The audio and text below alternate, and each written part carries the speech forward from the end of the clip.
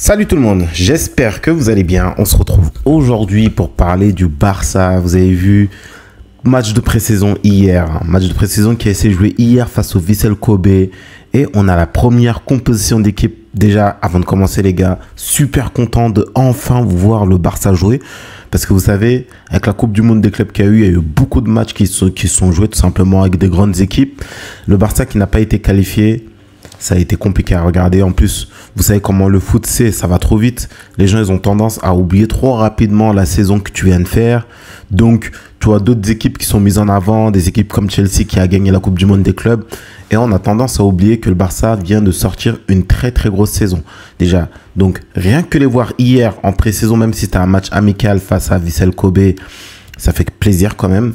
Donc hier, sur le match, on a eu deux compositions d'équipe. La première composition d'équipe qui a commencé, c'est celle-là. Et bien sûr, vraiment, le premier point, ce qui fait vraiment plaisir, c'est de voir un Joan Garcia au cage. Ça, cette composition d'équipe, c'est pratiquement une composition type. Hein. Franchement, c'est composition type. Il manque peut-être un Frenkie de Jong au milieu et un Lewandowski en attaque. Mais sinon, on avait du Baldé, Inigo Kubarsi, Eric Garcia, il manquait Koundé aussi.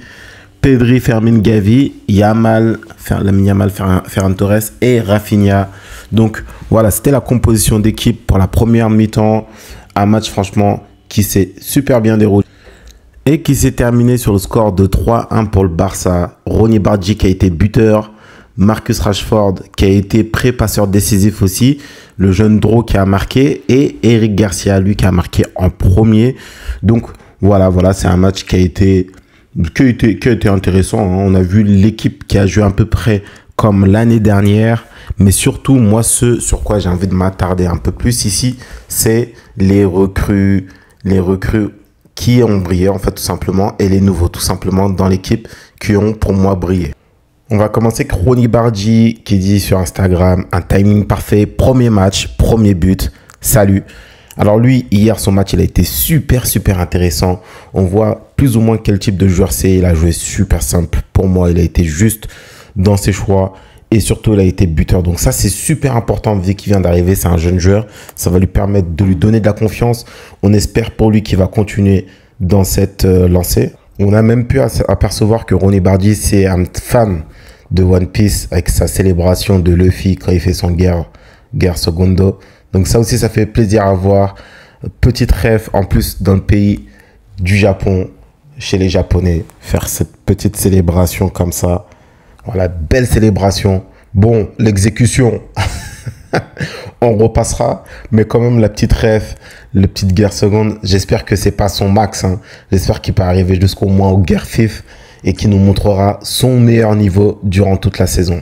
On enchaîne avec une déclaration d'Eric Garcia à propos de Ronny Bardi. Il nous dit « Ronny a surpris tout le monde à l'entraînement ». Franchement, il y a une grosse hype en ce moment autour de Ronny Bardi. Maintenant, comme on sait, c'est des matchs de pré-saison. Il va falloir voir si ça va être confirmé pendant la saison. Mais franchement, on s'y attendait pas. Nous, ce qu'on attendait, c'était un ailier gauche pour le mercato. On l'a eu avec Marcus Rashford, mais dites-vous qu'on a aussi eu une doublure à Lamine Yamal à droite. C'est juste incroyable en fait. L'équipe, honnêtement, offensivement, l'équipe pour moi là, elle est complète. On a une doublure à l'ailier droit. On a deux ailiers gauche. En tout cas, on a une doublure aussi. On a un numéro 9, un remplaçant du numéro 9 qui peut même prendre sa place de titulaire en la personne de Ferran Torres. Et on a même d'autres options comme Dani Olmo. Donc clairement, sur le secteur offensif, il n'y a rien à ajouter. Maintenant, tout ce qu'on espère, c'est qu'il va pouvoir avoir d'autres occasions de se montrer. Parce que vous savez, les jeunes à son âge, le plus important pour eux, c'est de continuer à gratter des minutes de jeu. Et quand tu as un joueur comme Lamine Yamal aussi sur ton côté, ça risque d'être compliqué, mais on va être là pour suivre son évolution. On enchaîne ici avec le deuxième joueur sur lequel on va s'attarder un peu, c'est Pedro Fernandez, une star est né lui aussi hier, qui a fait son premier match avec le Barça, qui a brillé aussi dans le jeu. En fait, il a été bon dans le jeu. Il a aussi marqué le troisième but, extérieur de surface. Donc ça, c'est bien d'avoir des milieux de terrain comme ça, qui tentent leur chance à extérieur de surface. C'est quelque chose qui nous manque un peu au Barça parce qu'on sait que Frenkie et Pedri, c'est pas des joueurs qui vont tirer comme ça à extérieur de surface. Donc ça déjà, c'est une bonne chose.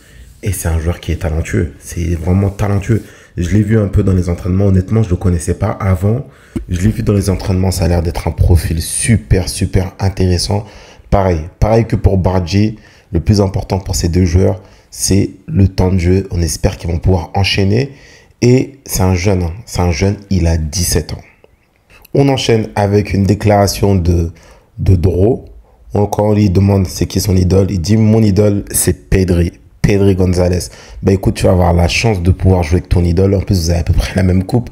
On espère en tout cas que tu vas avoir la même vista, la même créativité que Pedri. De toute façon, vous allez voir, Dro, il a que 17 ans. Il va avoir le temps de grandir. Mais le plus important à son âge, c'est de pouvoir enchaîner les minutes de jeu. Mais vraiment, tu es dans la meilleure équipe, mec. Donc, on attend de voir ce que ça va donner. Plus les semaines vont avancer. Et regardez-moi cette image. Juste cette image, Flick. Là, vous croyez qu'il est juste en train de lui faire un câlin? Non, les gars.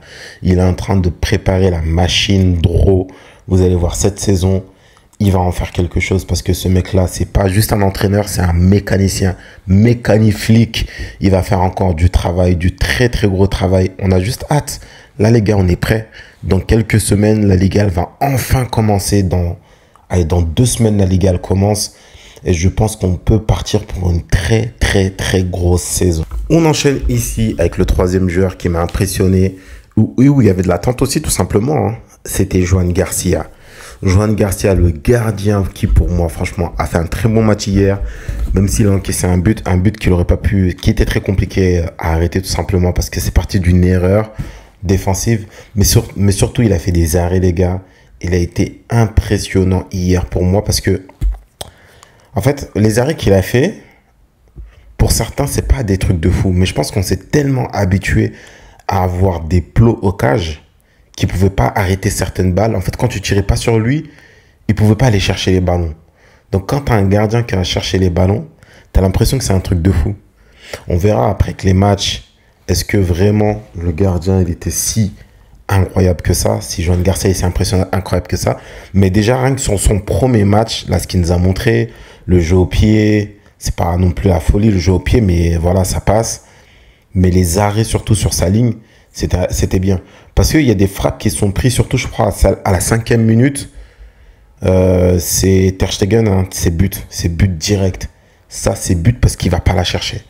C'est sûr. Il ne va pas la chercher.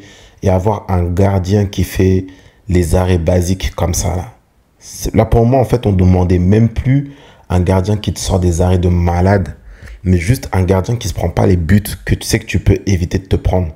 Bah déjà, on est sûr d'avoir ça avec Joan Garcia.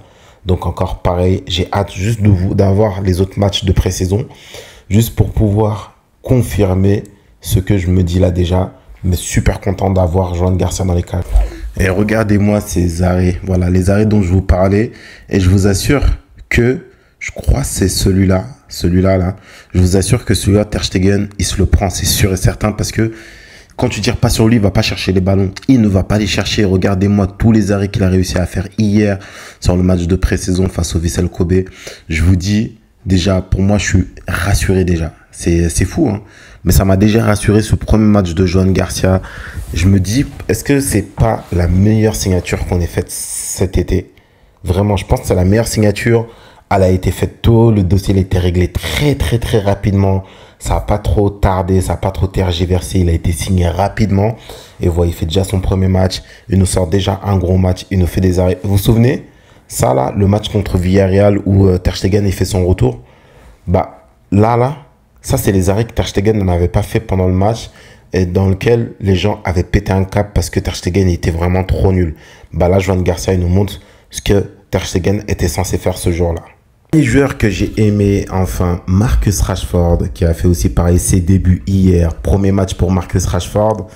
Il a fait un bon match. Il a été intéressant, en tout cas, sur certains aspects du jeu, notamment sur les replays défensifs. Il en a fait des replays défensifs. Sur son entrée, il a mis du temps avant de s'acclimater un peu. Au début, il perdait un peu des ballons. Mais après, sur le deuxième but, en tout cas, sur le but de Bardji, c'est lui qui fait c'est lui qui fait l'ouverture pour Lewandowski, qui va chercher Bardji pour le deuxième but. Je trouve qu'il a été super intéressant. Il a essayé de provoquer, il a essayé de dribbler en 1 contre 1. Après, voilà, après, c'est des matchs de pré-saison, encore une fois. Mais c'est rassurant. Je trouve que ce que j'ai vu hier de Marcus Rashford, c'était super rassurant. Après, il va lui falloir du jeu, il va lui falloir du temps aussi pour s'adapter à ses coéquipiers. Parce que passer de Manchester United à Barcelone, c'est quand même pas le même jeu. Et surtout, l'Angleterre et la Liga, ça joue vraiment, vraiment pas pareil. Il va falloir qu'il soit juste sur les passes. Parce qu'on a vu quelques fois, il ratait quelques passes qui, pour un joueur du Barça, sont simples. Mais un joueur d'une équipe qui joue complètement différemment, ça peut être compliqué. C'est juste sur ça. Mais en tout cas, il y a de l'envie. Moi, pour moi, jusqu'à présent, franchement, hein, je ne vois pas Marcus Rashford flopper complètement. Je dis pas qu'il va faire une saison all-time non plus, mais il va pas faire une saison de flop, type Joao Félix qui va s'éclipser au bout de quelques ans. Je pense vraiment qu'il va faire une très bonne saison et j'espère qu'on va pouvoir le garder après. En tout cas, on est hypé, on est content de l'avoir dans l'équipe. Ouais, c'est cette passe-là qu'il avait réussi à faire pour Lewandowski. Cette passe ici qui a amené le deuxième but du Barça. Donc, il a été décisif. Hein. Hier, Marcus Rashford a été super décisif.